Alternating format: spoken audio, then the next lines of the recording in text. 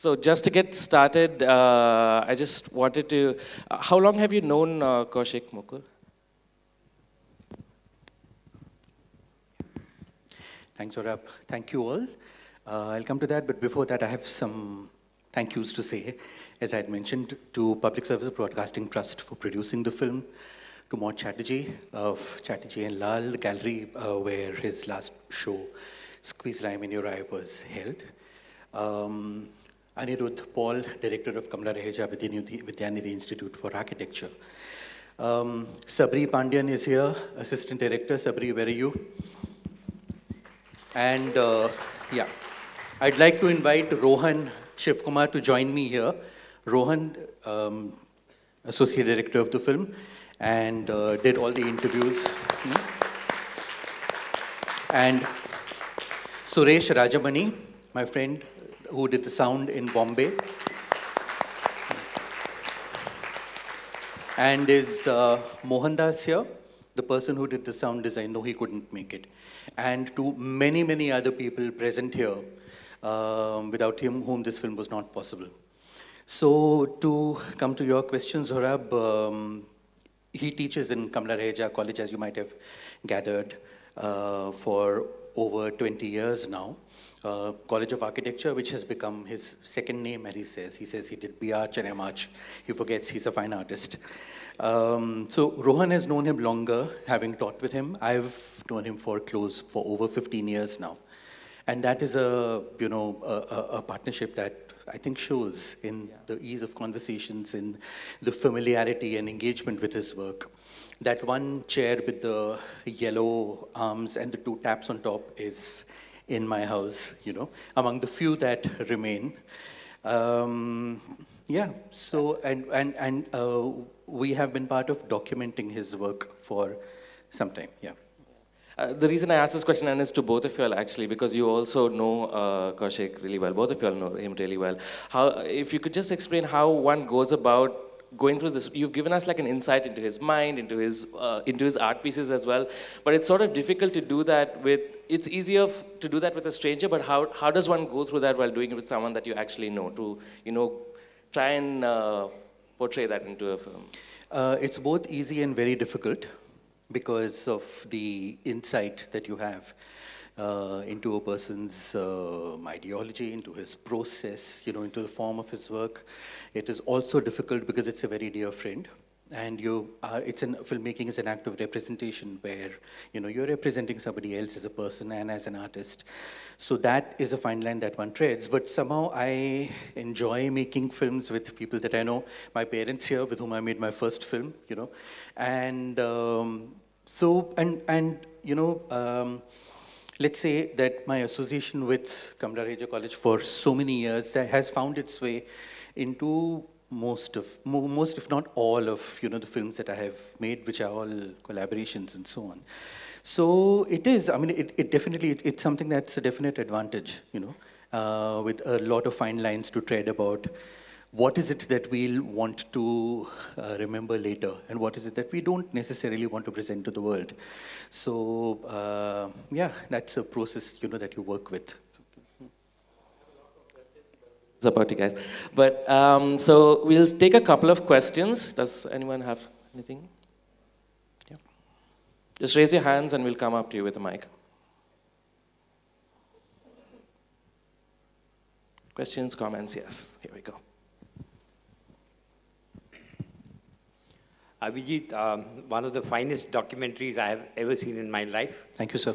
And where the form and the content is absolutely matching. I mean, you are as mad as Kausik is in your filmmaking. The only question, at what point did the end sequence come to you in the filmmaking process? Thank you for that.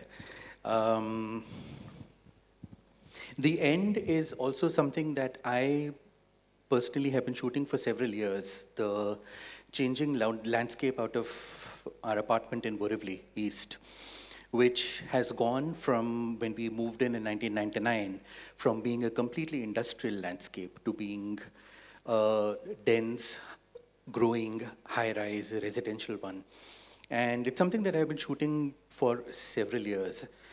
And at some level, our concerns overlapped, where, Kaushik is pretty much a city artist.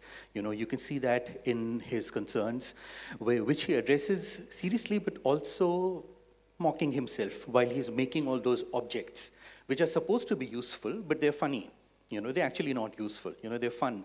And he's referencing many things in the process, when he's making an alarm system which is supposed to tell you when your bucket is filled, or, a turning sheep that you're supposed to count in order to go to sleep, and so on. Working in an architecture college and, completely addressing and working with concerns of urban studies and the city living. So I found that entire moment of him talking about the cloud home, of people living in a cloud and not having to deal with something downstairs, as a direct connect with what was happening outside my own home. And at that point, it becomes a connect to his work and what was happening here all around us. What was also interesting was the very, very small bodies of those migrant laborers who are making this city happen. And that entire interplay of scale between the small body with the gigantic shadow, which is being cast by the light that they have put on the ground. So what Geeta Kapoor says about, the miniaturization of the adult world and what Kaushik does with it, and in this case, it's the miniature human body in that urban landscape, which gets magnified multiple stories, became a playful thing. It's a playful moment in the film, which, I felt important to, it was a good point to end, I thought. Thank you.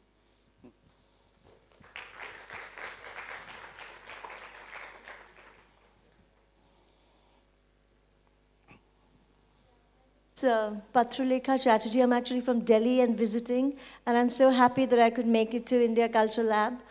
We don't have it, unfortunately, in Delhi at the moment. Absolutely outstanding film. I really like the edgy, the satirical quality, which I think is very important because we talk about urban problems.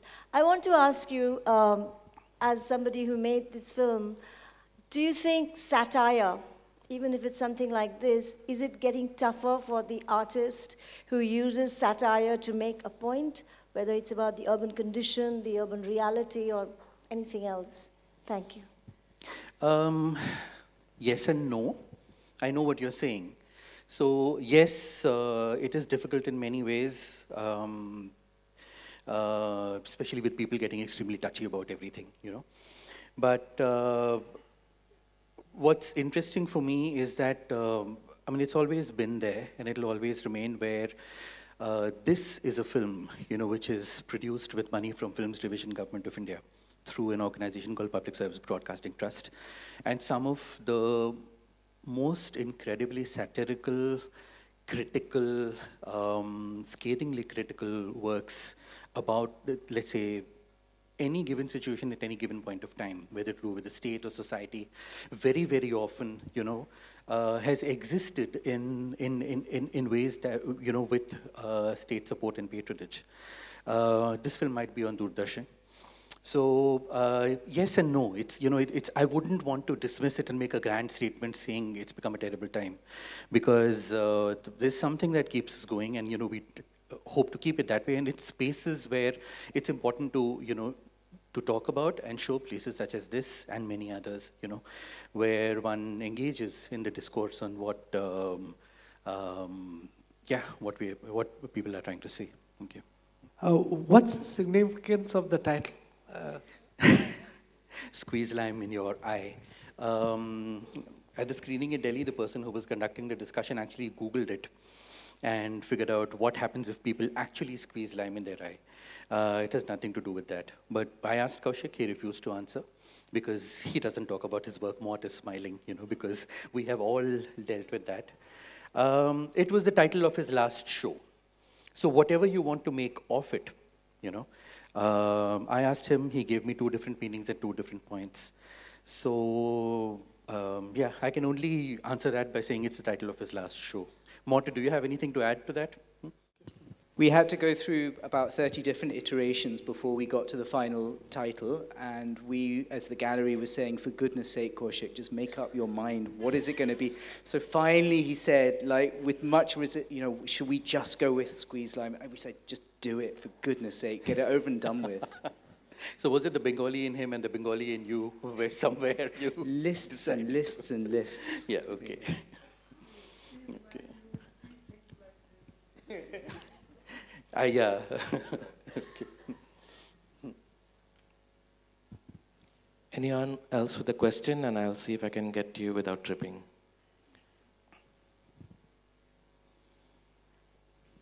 Parmesh, please.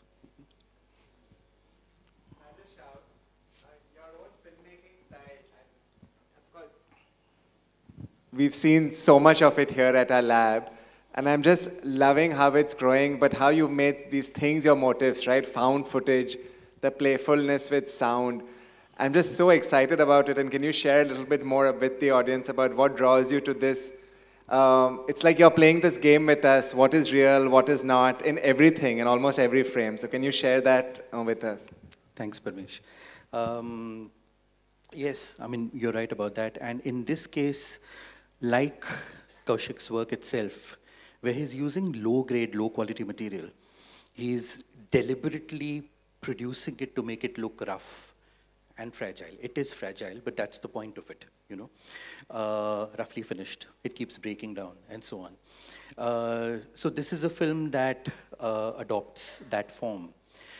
You've shown Nostalgia for the Future here 2 years ago. That's a very different film. Before that, Vertical City, that's a completely different film. And I feel that it was important. So found material, archival material, things taken out of context to give them a different meaning, as Kaushik does. You know, he takes things, completely strips them apart, mates them in completely unexpected ways to give them meaning, or no meaning, you know. And the one thing is there that it's great fun. It's really great fun, as he says, you know, too. That's how he wants his work to be. It is also at the same time extremely serious. So for those of you who have seen his work, or the next time it shows anywhere, you know, where you are, do try and see it. It's another thing that when you see it in a film, you are sometimes able to see it in much greater detail, because in a large art object, like those 3 tables, which are called small, medium, but not large, which was part of the Squeeze Lime in your eyes show. There are hundreds of objects, so it's not possible to spend that much of time with them, you know. So you look at them. So we started shooting with a more, what would be called a proper, better looking camera, you know, but I realized this is not working for the film, you know. So we went to this handheld, free-floating, bad-looking, grainy kind of image, which was going more with his work and more with his personality, you know, flitting around, not completing sentences, and so on, you know. So it was a completely deliberate choice. So I teach with him for many years now, and it's an extraordinarily difficult process because he's an extremely intelligent man, but also tends to leave you with more puzzles than there are answers to. And I think what ends up happening because of the way that he kind of works with form and the way he even works with teaching, he's always in many ways dismantling preconceived imaginations of what is the right thing to do, you know. And he does that by methods like you're suggesting, you know, collage from here, piece from here that evokes one memory but means something else entirely. And that creates you always in some ways on the edge. And I think that really what kind of really makes him a great teacher of architecture, because especially as somebody who's been teaching with him, you realize that what he's able to do because of his ability to dismantle, reconfigure, and completely reimagine through that process, it's even a process that you internalize as an architect, and you then start really deconstructing really the presumptions of what architecture is supposed to be, or in that sense, what film is supposed to be. And I think his work, in that sense, mirrors that sort of a pedagogic sort of urge to constantly keep questioning and constantly be. So therefore, you know, if it doesn't finish, it's actually in many ways a good thing, because it's then has possibilities for forever changing. And actually, his work does change perpetually. I believe that, correct me if I'm wrong, but that train, which I shot like, I don't know when, 10 years, 2003, is currently being remade in probably a new modified form for the Kochi Biennale. So if you guys are going down there, do catch it. So I'm just, again, just to follow, I'm just wondering how much of this, because of your friendship with him, how much of his practice has informed your filmmaking as well? Because I'm seeing at least a nostalgia in this. I'm seeing what Rohan spoke about as well, that dismantling and... No, it enormously has. I mean, it really enormously has, and there are many, many other references, but this film in particular decided to follow, you know, how Kausik approaches his work, perhaps, you know, where film language is concerned. Yeah, we have another question here. Thank you very much. That was a great film, and I really look forward to seeing the work in Kochi as well. So I was wondering for the director, of the architecture. Yeah. The director is there. The director. Okay. Yeah. Well, for anyway, I think the question is more relevant for you, perhaps. So Kausik is an artist, but he's teaching at the architecture school, and that makes me wonder: is it hard for someone like him to work there, or is it a deliberate choice? Because architecture seems like a notoriously rigid field at times, right? Yeah. And I can imagine that counterculture is something quite hard. Yeah, we should speak to the director about that. Okay. No, but you're right. You're absolutely right. But you know, the students from the architecture school are right behind you. The entire lane actually is just full of them. So it is quite an unusual architecture school. Also, it's not really one of the things that makes it unusual is that its attempt is to kind of question the presumptions of what architecture is meant to be. And therefore, one of the ways in which it does it is that it constantly is engaging with other disciplines and trying to challenge what is called the domain or I guess the value systems of architecture through the outside. And that really helps the pedagogy to really question itself. What is the role of practice? What is the idea of the client? You know, all these presumptions that most architecture colleges often take for granted. And I think when Kausik comes into the mix, he's really able to, I think he finds it quite an interesting thing to not be in an art school.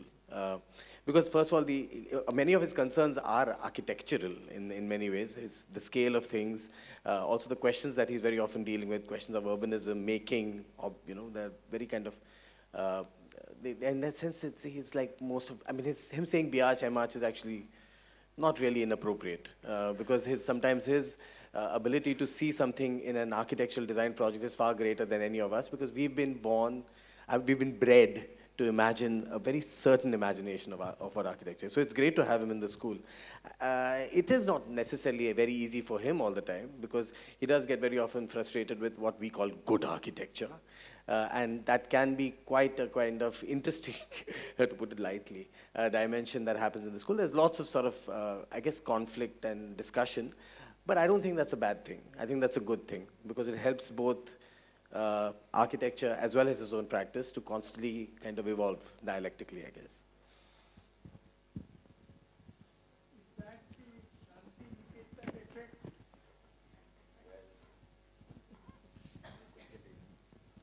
Is that Shanti Niketan effect?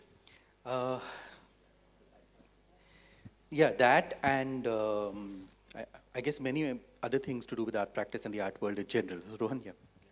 Yeah, in many ways it is, I think, because one of his choices to be a teacher, for example, he chose to be a teacher because many of the artists and teachers that he had in Shantiniketan were also practicing artists. So he really believes in the act of education.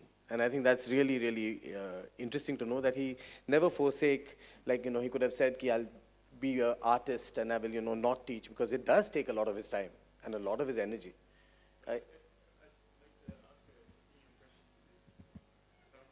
Whether this is part of, whether this is difficult as an Indian as well to be, I don't know, maybe this is a difficult question to ask as a Westerner. Okay, you're allowed. But I mean to be like non-conforming and ask these critical questions. I wonder, so of course this was in Tagore's school, this was very much ingrained in it, but I don't know whether it is in general in Indian culture. So that this makes him quite unique as well, maybe as a designer. What makes him unique? I didn't quite get that. His his non-conformity, the counterculturalism, and I wonder whether it's hard to breed that among Indian students? Or? It is, isn't it? I mean, actually we do find that Kausik usually teaches the first year. And if you saw the entry where he comes in and he kind of says, and the reason why he enjoys teaching the first year also is that because he really throws them out of their comfort zone. We get students who are fairly privileged, privileged and also protected. And one of the first acts of, and of course the 11th to 12th standard education has kind of made them extremely conservative, extremely moral and judgmental and very conservative. So Kausik teaches the first year, and it is quite an important year for them because they really get thrown out of their comfort zone. Questions of caste, gender are constantly being played with. They are always asked to, he'll never give you an answer. He'll force you into some sort of position where you're disturbed.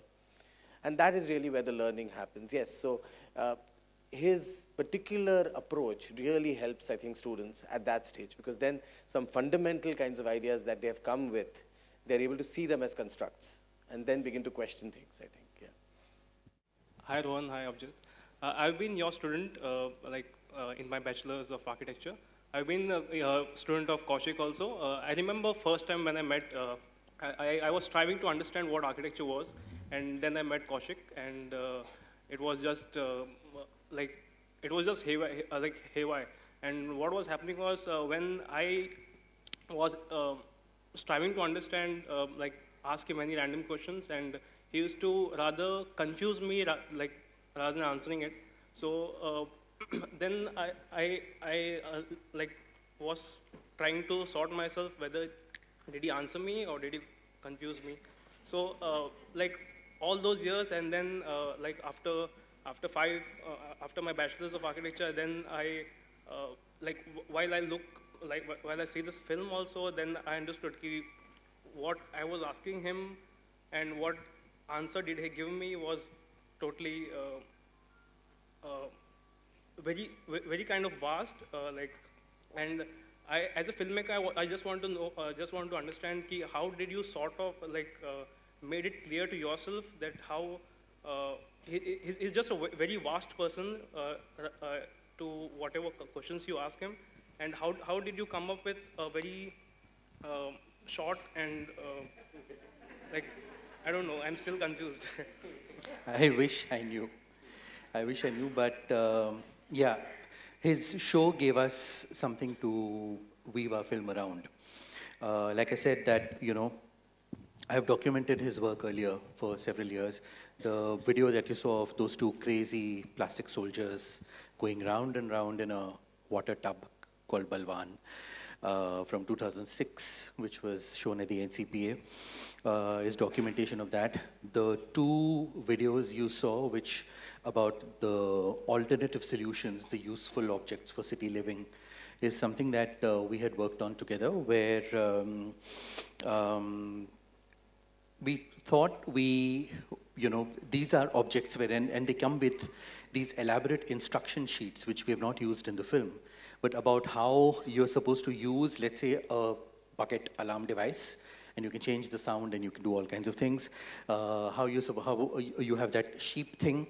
We thought we'd make them together as these telemarketing kind of cheesy short videos where you have a model who's telling you what these are used for. But then at some point we said, no, we're going to make these as public service ads. Therefore, films division, because the entire act of, let's say, documenting and writing the visual history of the country, of the city, of whatever, we made those funny films, We made those funny films, and those are exactly as they were made when they were made so many years ago. So that entire engagement and the broken up narrative of the film, which finally comes together at the end. And yes, we did need that long section with Geeta Kapoor telling us, and how just beautifully having engaged with his work and having shown his work at the Tate Modern in London, and contextualizing it in not only Indian art history, but also history of world art, became an important point to bring the film together at. And yes, we shot the show at both the gallery in Colaba, at Chatterjee and Lal, and at the Serendipity Art Festival in Goa. That was something that we could base the film around. And through that, through those multiple conversations of Rohan breaking his head, trying to get Kausik to say things which are meaningful, and in that interview kind of way, which is informational and profound and coherent, all of which is there, but the moment you try to make him do that, he loses that energy. He becomes too serious. And I'm like, ye to main bhi bol sakta hu yaar, So I don't want Kausik to tell me things I already know, which we already know, and so on. And those are the kind of choices that, we ended up making in order to make this film. Yeah. So I don't know if I've answered your question, but that is kind of the process. Okay. Hi, Rohan, Bobby here. Thanks, I would say, a well-wasted evening, a very well-wasted evening. Your students in your college are privileged to have such a wonderful professor with you all. Do you think you want to take this movie to other colleges as well? Architecture colleges, I mean. As many as possible. Absolutely. Let's work it out. 100%. आप बुलाए और हम चले आए. On that note, Avijit, Rohan and everyone are still here, so if you want to chat with them later, they're here over snacks, etc. Thank you once again, Mukul, Rohan, everyone.